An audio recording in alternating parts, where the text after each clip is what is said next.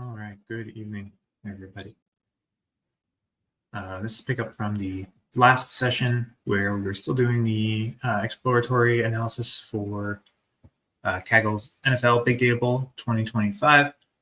What we were doing here was we were looking at the data, get an idea of what's in there, try and do some of the transformations so that way we've kind of laid all the groundwork for when we start to build an actual prediction model.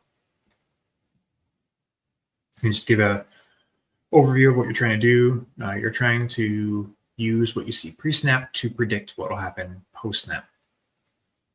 Now, it gives an overview of kind of how the NFL works, just so if you're not familiar with it, how to do it. The idea is that you're actually generating something that would be actionable by a member of an NFL staff. Something that it's not necessarily focused as much on the actual, it's more open-ended than it would normally be, rather than it being like there's some holdout evaluation set that you're going to go up against. So it gives some base examples that you could do, just trying to predict a play like a run versus pass. We'll look at the opponent's scheme and then predict things that would match up well with those. Also look at an individual player and predict how those are going. And then you want to get as creative as possible. And then there's 3 tracks for this. The first is the undergraduate track. This is reserved for people who are undergraduates in college. So I obviously don't qualify for that. There is the second track, which is just kind of general, the general bucket, and then the third group is specifically targeting to coaches and members of the staff of NFL teams. So you have a specific audience in mind rather than it being a more general version of it. For the coach one, they do encourage you to reach out and connect with coaches. The idea here is probably so that you have something that's more tailored to that audience, and then also somebody who understands football to bounce some of what you're trying to look at along the way. We don't have that resource, and you can only submit to a single track. So we'll likely be in more of that general bucket. So then what will happen is we have until right around the beginning of January to come up and put together a presentation of our data. You're not actually going to be able to show code specifics or anything like that. The idea here is that you're actually presenting it to a stakeholder audience rather than it being a very technical audience. You could talk a little bit about how you got to your conclusion. That's one of the things that you will be evaluated on, is just making sure that the logic is sound, the technical skills are sound, and then making sure you address your audience. So what we started doing was exploring the data set here. The way these come together is the games contain all the information specific to an individual game. So what season it is, the week, when the game is actually being played, the teams involved, and then the scores of the game. And then there is a player play data. So this is how an individual player performs on a given play. One of the challenges with the player data when we're looking at this is it doesn't have all the information joined to it. There were things that were missing from it in terms of like the offensive formation, the names of the players. It's just got an ID for those to tie it back to. So you'll see a little bit later when those come together. Then you have a general players table that's going to have the information about the players. So that's where you would actually see their names, the team that they're playing for. I believe it's like the college that they went to. Yeah, and then like what official player position that they play in a game. And then there's the plays table, which this was a lot of information specific to the play. It has 2 ID fields here. There is a game ID, which is unique to the game, and then there's a play ID, which is unique to that individual game. So if you have multiple games, you will see multiple of the same play ID, and that we actually ran into that a little bit later when we were going through our data. So then I just tried to do some basic, see how much of the information is actually, filled into all these fields. You can see for the most part, like these are on the plays data. You've at least very rarely will you be missing an offensive formation. Most likely these are special teams plays. And that was one of the ones that we were looking for. Another thing here is like the receiver alignment. If we were only looking at rush yards so far, we started to do a little bit with receiving yards, but you could look at more of the formation information this way. Then we started with, okay, let's look at the player play table. Okay, what are the rushing yards? And what we realized is all the data is filled in, but that means that there's going to be a lot of zeros in there as well. That doesn't necessarily mean that that was the player trying to rush on the play. So we had gone in and we found a numeric field, had a rush attempt. All the values were 0, 1. So we put some filtering into that, and then we took the mean. And then you can see here the average rush attempt. Average rush attempt results in about 4.5 yards per play. And then we did the same thing for receiving yards. Very similar situation. We had to find this had pass reception, and all of a sudden you went from 0.07 or 0.17 yards to almost 11 yards per reception.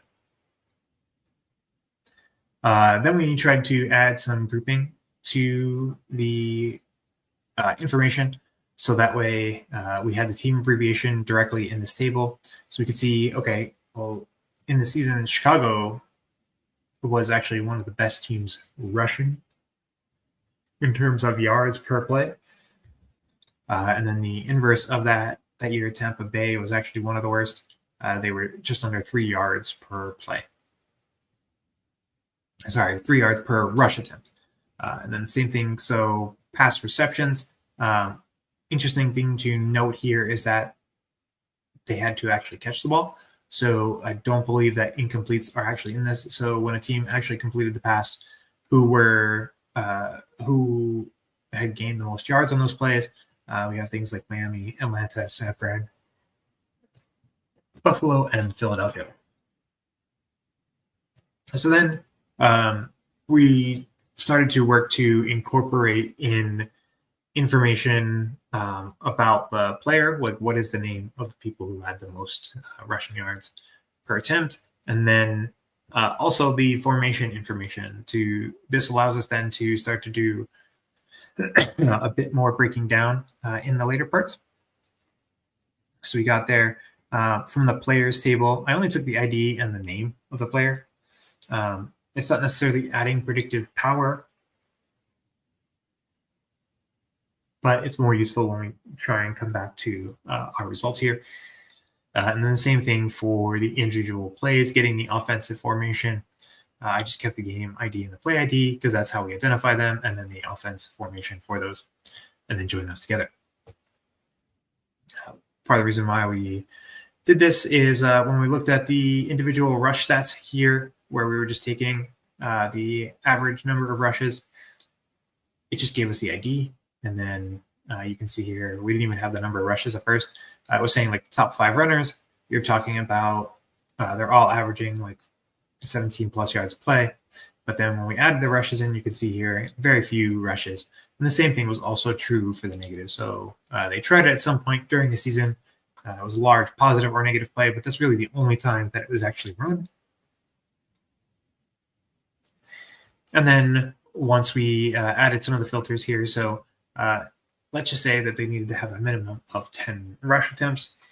Well, that further filtering then led you to different results in the data here. So these are the top 5 rushers given a minimum of 10 rushing attempts. And so we saw Taysom Hill, DeAndre Swift, Dontrell Hilliard, and then Justin Fields. So you can see a couple of these that are really close to the cutoff are still in here.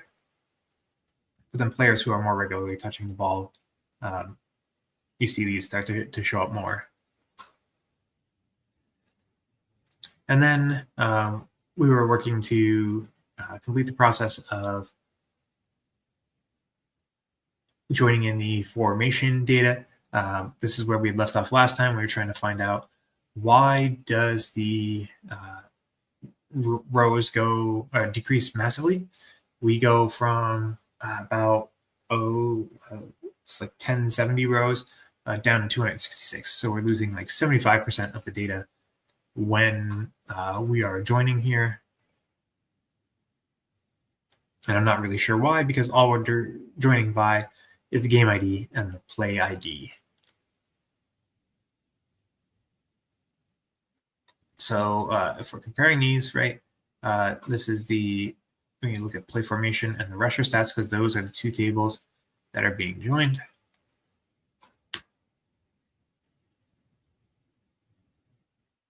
And somehow we only end up with 266 rows. All right, so I've got the play formation, game ID, play ID. I see plenty of info here.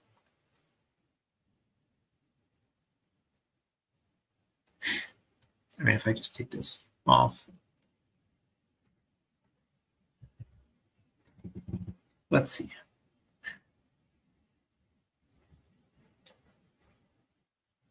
I had to rerun everything because this was closed. So it'll take a moment to go through and get the data in.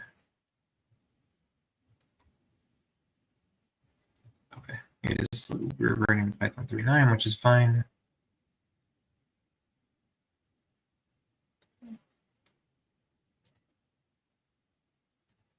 Okay. Should have probably done this ahead of time. I've forgotten. Did I close this out?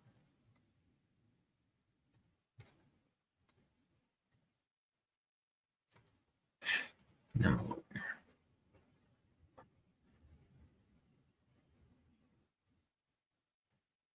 So yeah, we're still waiting on the data import. So I have things to take a moment to look at the chat. No questions there. Okay, and we'll keep going down this path for now. So the idea here is that we can slice and dice the data based on the formation or teams or players, and we're still working on that join. So that way I have that as a way to break down the information there.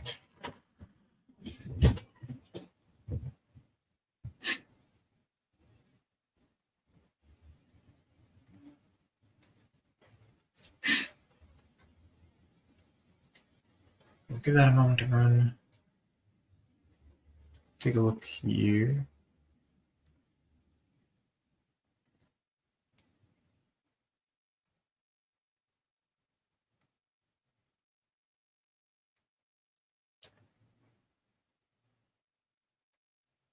There you go. Should fly through the rest. Yeah. You see the game ID, play ID. We're seeing these numbers as well.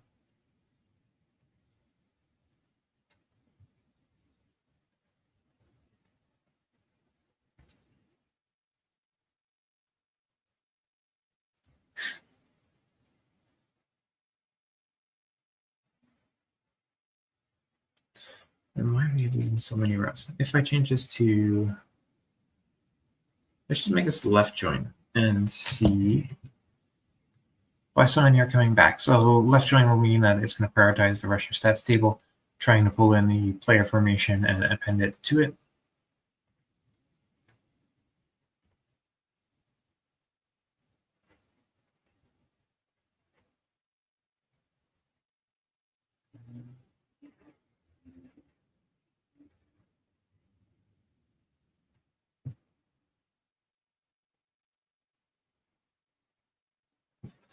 So if I'm looking at these,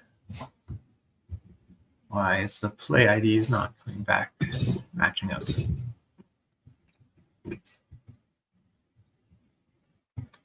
So the game ID,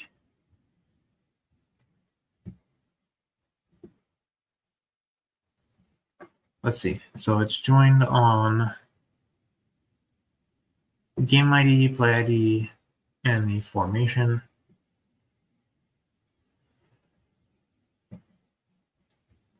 Could there be a case where in play formation,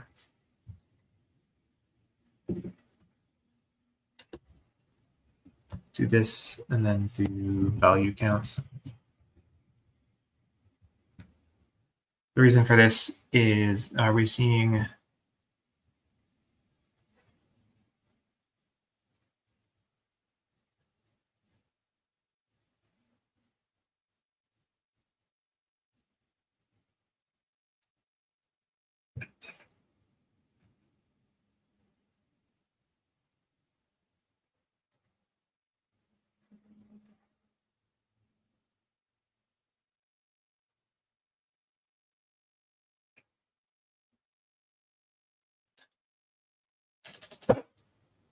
why is it not showing?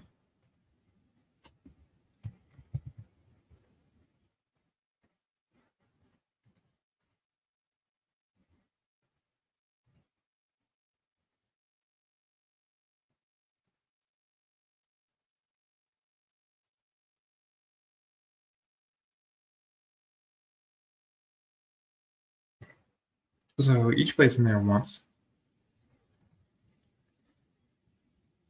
based on the data that we're looking for. So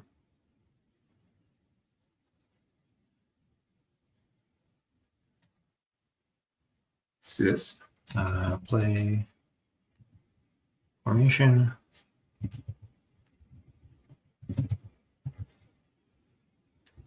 Name ID.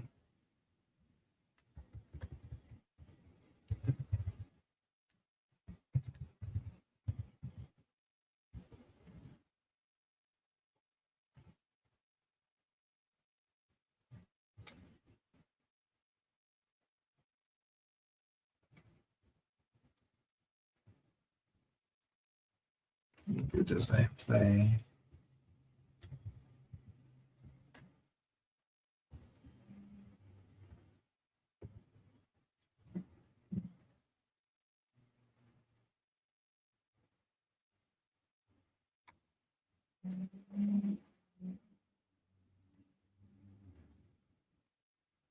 No, still this. Yeah.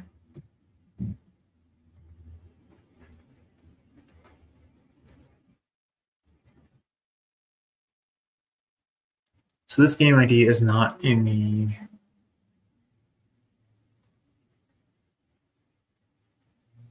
play formation, which should come from plays.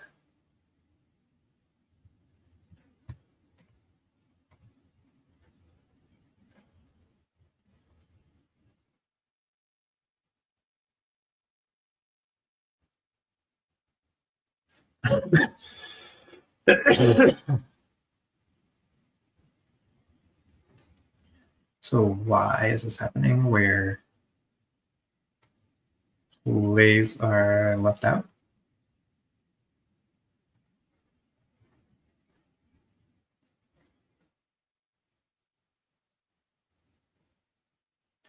If I just go to plays,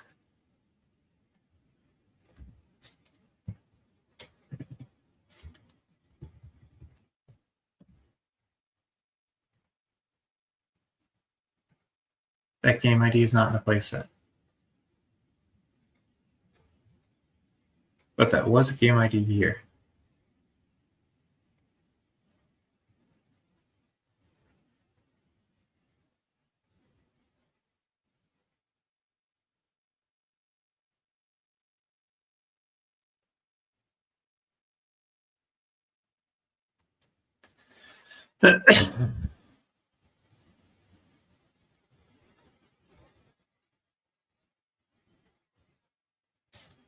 So if I go to, let's do similar information, but we're going to do for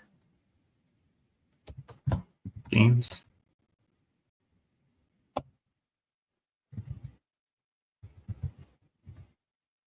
And ID equals 2022 09113.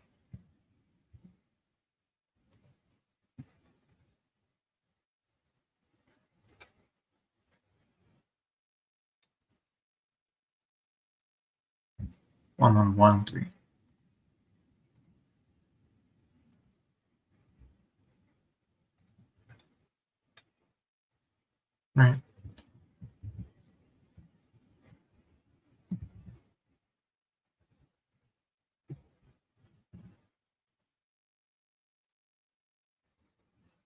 So what the hell's happening here? We have the game that exists as far as the player play data goes.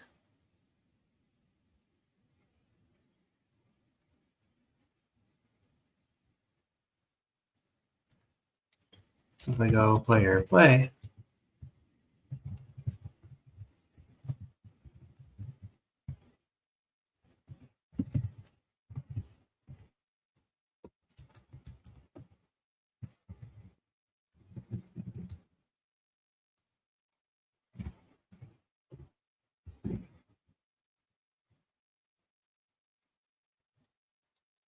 so why does this exist in this table?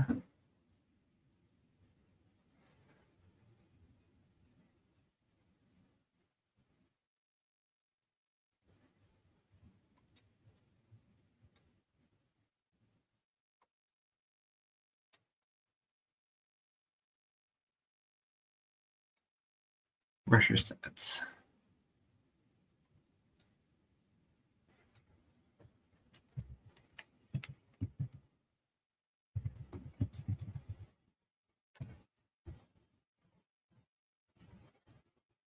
And so right there, the first line, what the heck?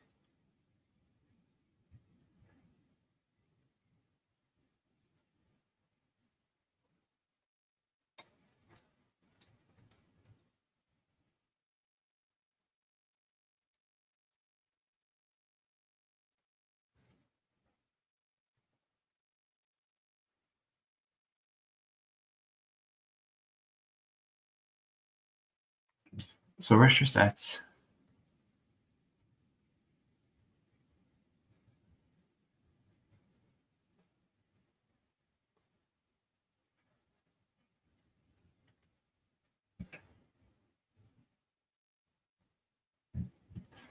That comes from player play. We went here for player play.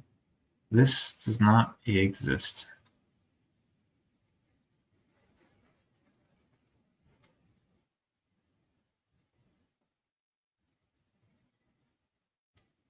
So what's happening here?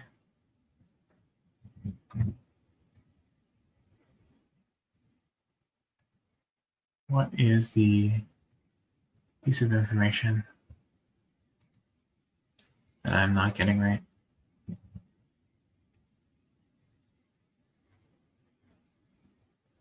Does this does this game not actually exist? Then why are we getting bad data in?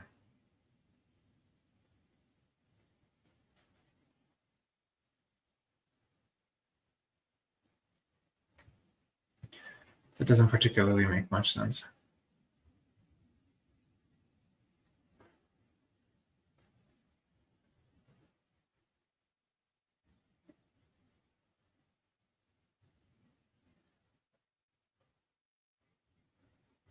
Right.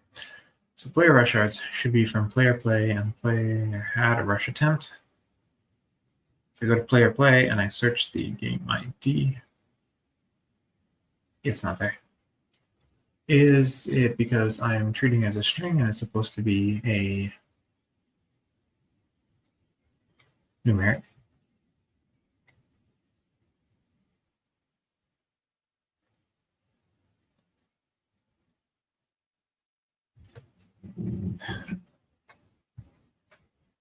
It is a numeric.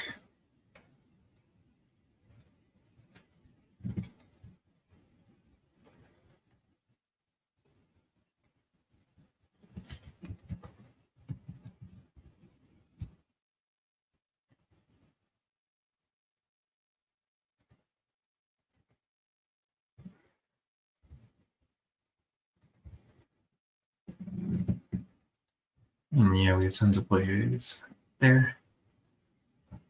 Okay, so that's just an oopsie on my side. Assuming they were a string when they are in fact numeric.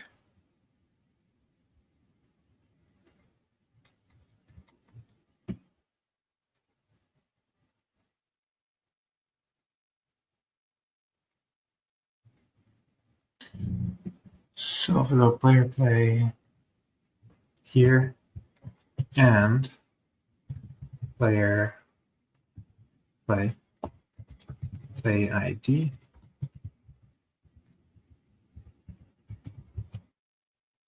this is still a number 8011.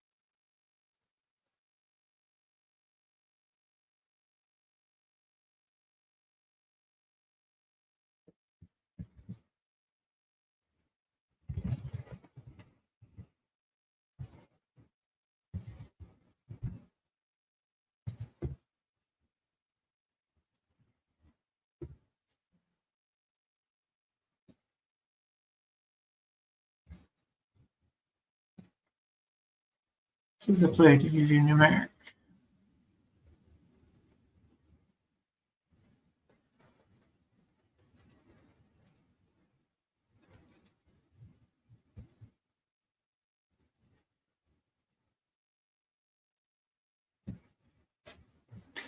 Right, that was play 8011.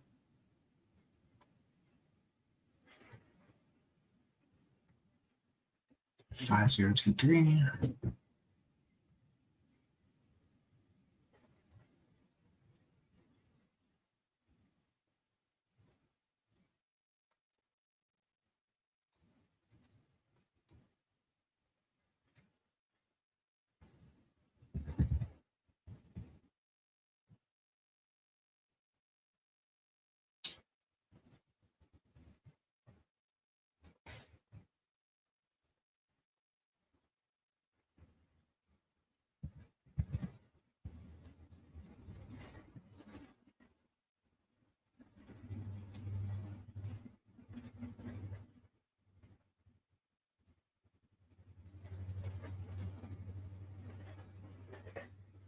So why is that coming back? Oh dear.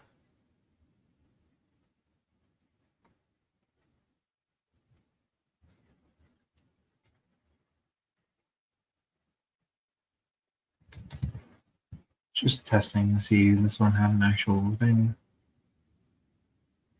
Oh, it's game ID, not play ID.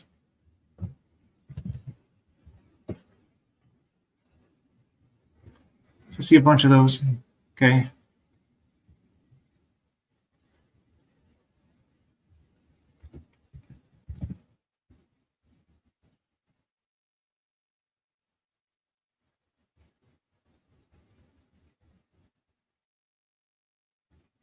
Well, I see play 811, 5023.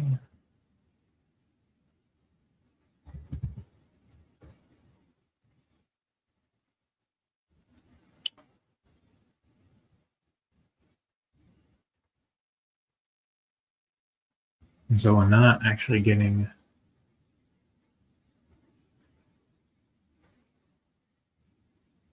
It's not finding these in the play table. So then it's not going to be able to pull anything back on the group. So we confirm that the game ID exists, but that specific play does not exist. I want to get this.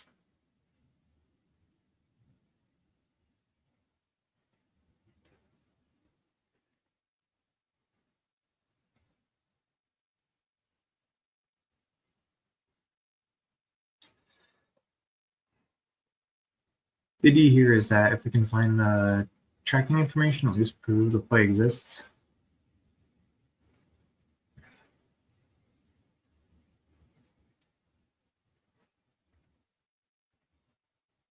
So this one was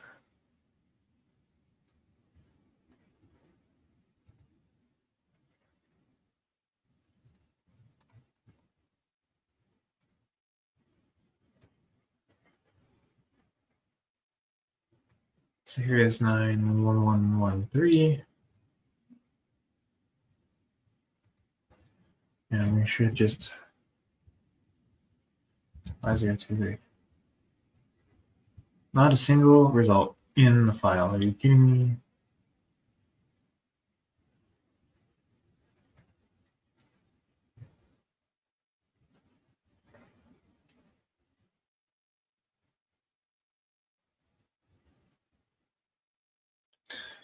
So let's see here.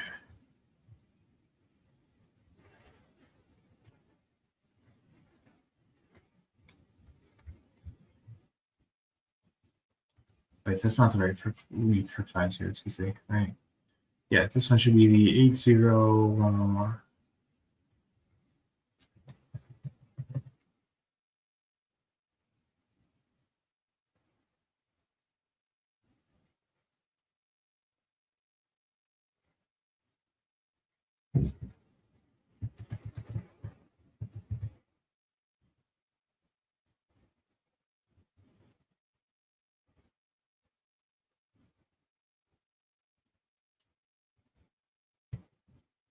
All right, we'll look here ways.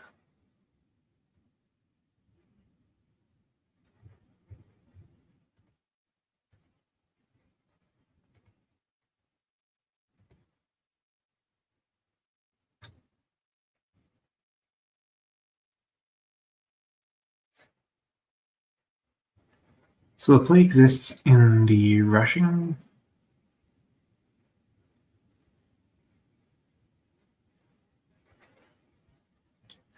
Play exists in the.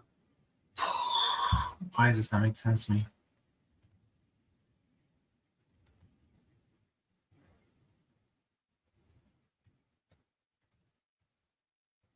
So for on this side, it needs to be from the player play data.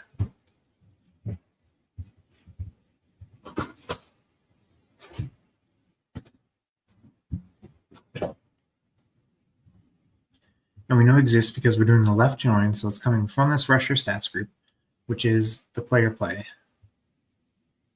Information grouped with the player's inner join on their NFL ID so we can get back their name. That's fine.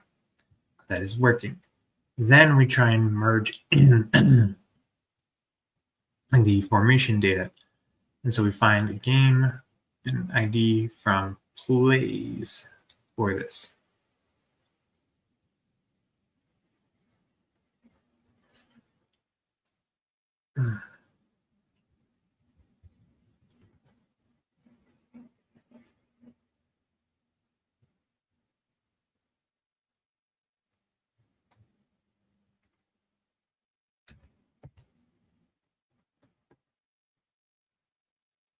So why do these rows exist so frequently?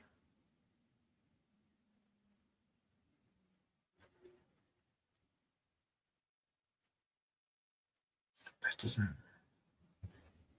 Things that are going through my head just don't make sense for this. So it's in one table but not the other.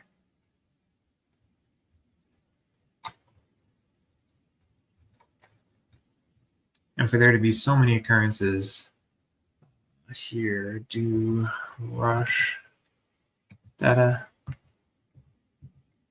offensive formation.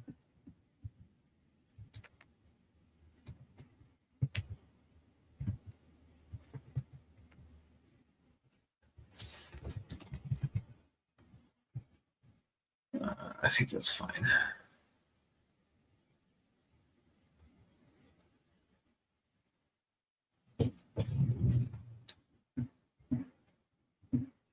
And so we have 828 rows that don't have a formation.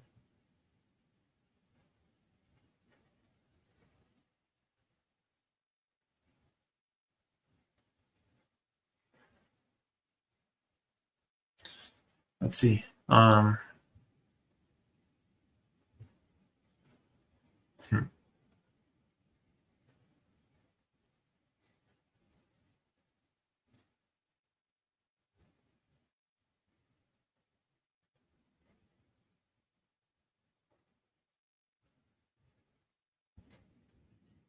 If they go back and they add plays after the fact, but for that to be like 70% of the data where they had an actual rushing attempt,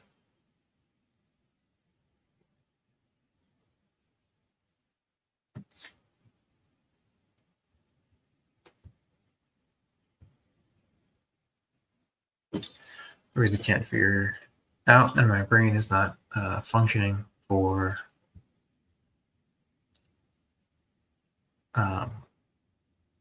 trying to understand this better. So what I'm going to do is I'm actually just going to pause it here. Come back to this. We're still at the same issue where we're losing a bunch of plays. We've at least narrowed down the why. It's that the play ID does not exist. So play ID exists in the player play data, but not in the plays data.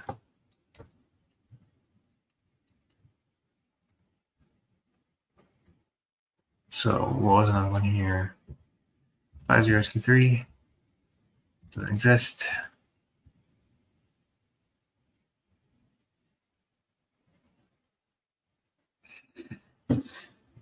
Yeah, so come back when I've got a little more brain power for this and try and understand why we're not exactly getting getting what we want. So next time I do this, it will be Monday afternoon. The 3:30 time slot should go for about 2 hours. Should have ideas on what to do with this. Because if we're losing 80% of our data, that don't think that's right. And then you're already talking a very small amount of data overall to really try and build a predictive model. And so I think that's some of the challenge here in general. Is there's maybe is it like a little over 100 plays per game? So if we're only at 266 rushing attempts where we can actually identify the formation that it's coming from, that's going to be a challenge in terms of our overall data and what we would want to do with what we see here. So I'll work on some ideas to go through and resolve this. And then hopefully we have then data with formations, the players, their teams, and then we can get an idea on like who is the best rusher from the shotgun formation. That's the idea for doing these, and hopefully we can figure this out. So thanks for coming, and I'll see you on Monday.